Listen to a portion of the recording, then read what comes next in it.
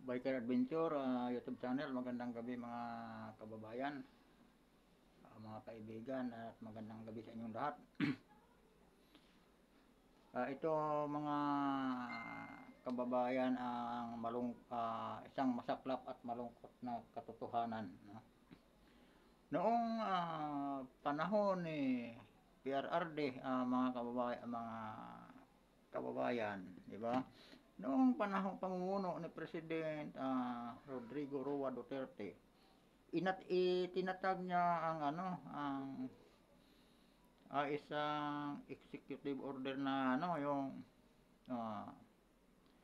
Presidential Anti Corruption Commission, mga kababayan, upang maprotektahan ang pira ng bayan, upang maiwasan ang mga korupsyon ng mga government official, mga kababayan. Katunayan, dahil sa Presidential Anti-Crime Commission, mga kababayan, maraming mga government official ang nakasuhan sa ombudsman. Yung iba nare-relieve talaga, yung iba naman ay nakukulong, diba? Kasi ang hangarin lang ni dating Pangulong Duterte ay masaayos ang pira ng mga Pilipino, magamit sa tamang pagkagagastusan ang pundo ng bayan. Ang masaklap, nung umupo si BBM, mga kababayan, nagkaroon si BBM ng first executive order number 1, mga kababayan. Ang executive order number 1 ni BBM, mga kababayan, ay ito. Ito ang malupit, mga kababayan. President Ferdinand Marcos Jr. has issued his first order as the country's top leader. Abolish the Presidential Anti-Corruption Commission and the Office of the Cabinet Secretary. Executive Order number... Inabulis tarantadong President Marcos Jr., mga kababayan, ang itinatag ni President Rodrigo Roa Duterte na Presidential Anti-Corruption Commission, mga kababayan. Inaabulis ni BBM, siguro naisip niya hindi ko kailangan yan. Ito ngayon ang nangyayari, mga kababayan. Maraming kababalaghan, wala na, di ba? Ang ginawa niya, inaabulis niya ang kanyang executive order number 1, inaabulis niya ang PECC, no, na itinatag ni President Rodrigo Roa Duterte no, sa kanyang pamumuno. Itong tarantadong mga kababayan, ito ang kabulastugan na ginagawa ni BBM, no? Kaya itong sa flood control project, mga kababayan, ginawa nila to upang dito nila idaan. Ito ang nila, kumbaga ito ang tulay nila para sa korupsyon nga, malawakang korupsyon nga ginagawa nila, mga kababayan. Ang flood control project na sinasabi niya, ito dito, mga kababayan, mayroon siyang ang sabi noon ni BBM, mga kaibigan, di ba, noong sa kanyang SONA, mayroon na daw siyang 5,500 flood control project, mga kababayan. Isang malaking kasinungalingan. Ang hagupit ng La Nina at mga matinding pag-ulan naman ang ating pinabantayan at pinaghahandaan. Mahigit 5,500 flood control project ang natapos na at marami pang iba ang kasalukuyang ginagawa sa buong bansa. Di ba, mga kababayan? Ang sabi niya, mayroon na daw 5,500 flood control nga natapos na sa buong bansa. Sabi niya. At mayroon pa daw kasalukuyang ginagawa na. Ito, mga kaibigan, ang nila, no? Itong isang malaking scam ng ginawa ng presidente. Ito ay isang malaking pangluloko sa mga Pilipino ang ginagawa ng presidente, no? Dahil sa panluloko niya, mga kaibigan, pinagtatakpan siya ng mga tuwadkom, ng kanyang mga alipores ni Martin Romualdez. pinagtakpan sa isyu patungkol sa mga Duterte upang kasi bawat hearing patungkol kay PRRD at saka kay Sara Duterte, nakatutok ang sambayan ng Pilipino. Nakatutok ang atensyon sa mga mamamayan nandoon lang sa hearing sa Congress, mga kababayan. Yon ay isang diversion tactic lamang upang mapagtakpan ang kanilang pagnanakaw dito sa bilyon-bilyong pira ng bayan, no, nga idinadaan nila. Itong flood control project, mga kababayan, ito ay isang lang to, tulay, no.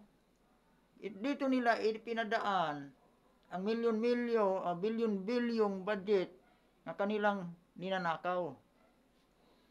Upang mapagtakpan to, hindi mapansin tayo, niloloko lang ng mga congressman din, no. Nagkasabuatan sila, i-divert ang isyo sa mga Duterte upang ang mga importanteng isyo sa pagnanakaw nila, katulad nitong bilyon-bilyong piso sa flood control.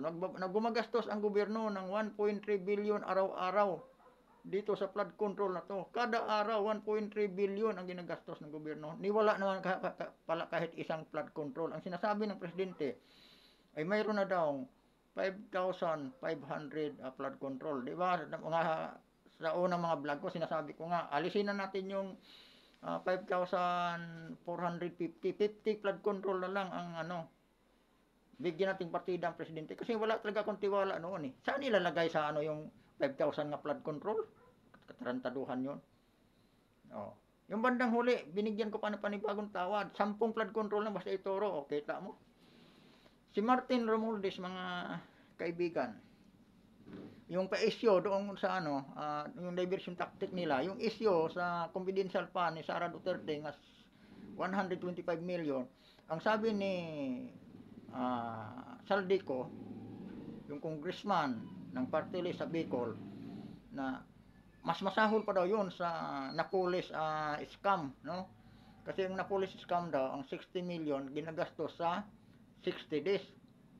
Itong kay Sara Duterte, ang 125 million ginagastos sa 11 days. Samantalang itong ilang pinagtatakpan nga 1.3 billion kada araw nga ginagastosan ng gobyerno, nga binubulsa lang nila, mga kababayan. Ito patunayan yan.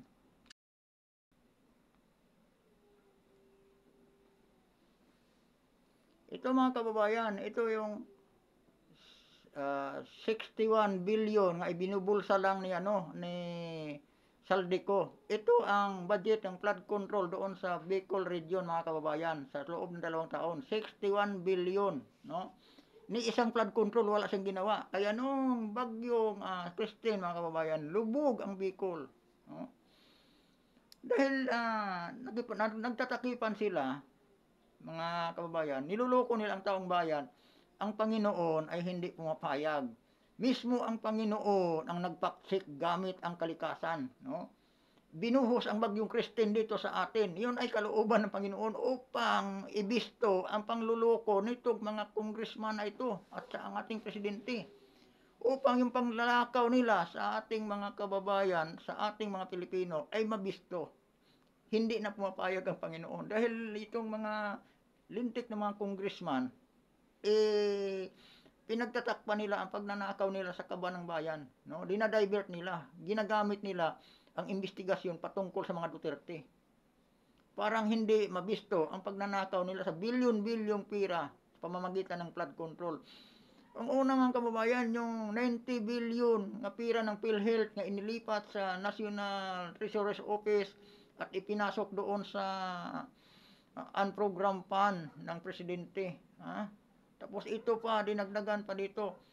Kaya inabulis ang first executive order ni Presidente Marcos Jr. ay inaabulis niya ang Presidential Anti-Corruption Commission na itinatag ni dating President Rodrigo Roa Duterte. Inabulis niya muna yun upang di sila tatamaan, upang safety sila sa pagnanakaw nila sa kaban ng bayan.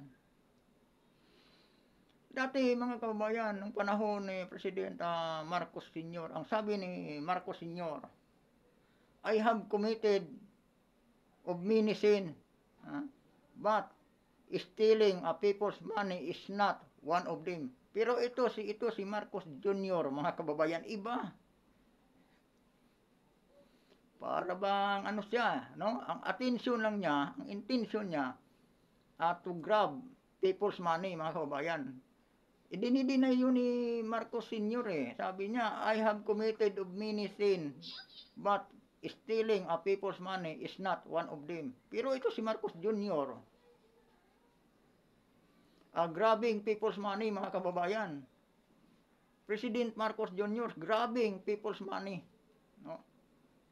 Ginagamit niya ang flood control project upang doon idadaan ang kanilang pagnanakaw sa bayan.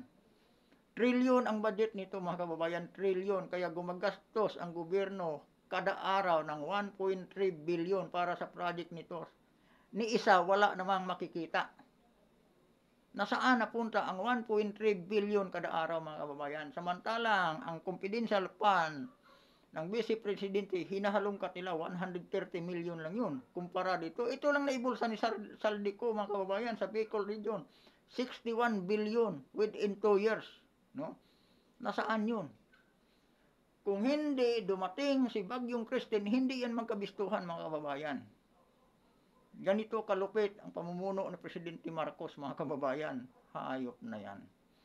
Samantalang dati, sa panahon ni PRRD, mga kababayan, hindi pa naglandfall ang bagyo, naka-organize na kanilang mga relief goods sa kanilang mga mga kababayan, nakahanda na ang kanilang mga rescue.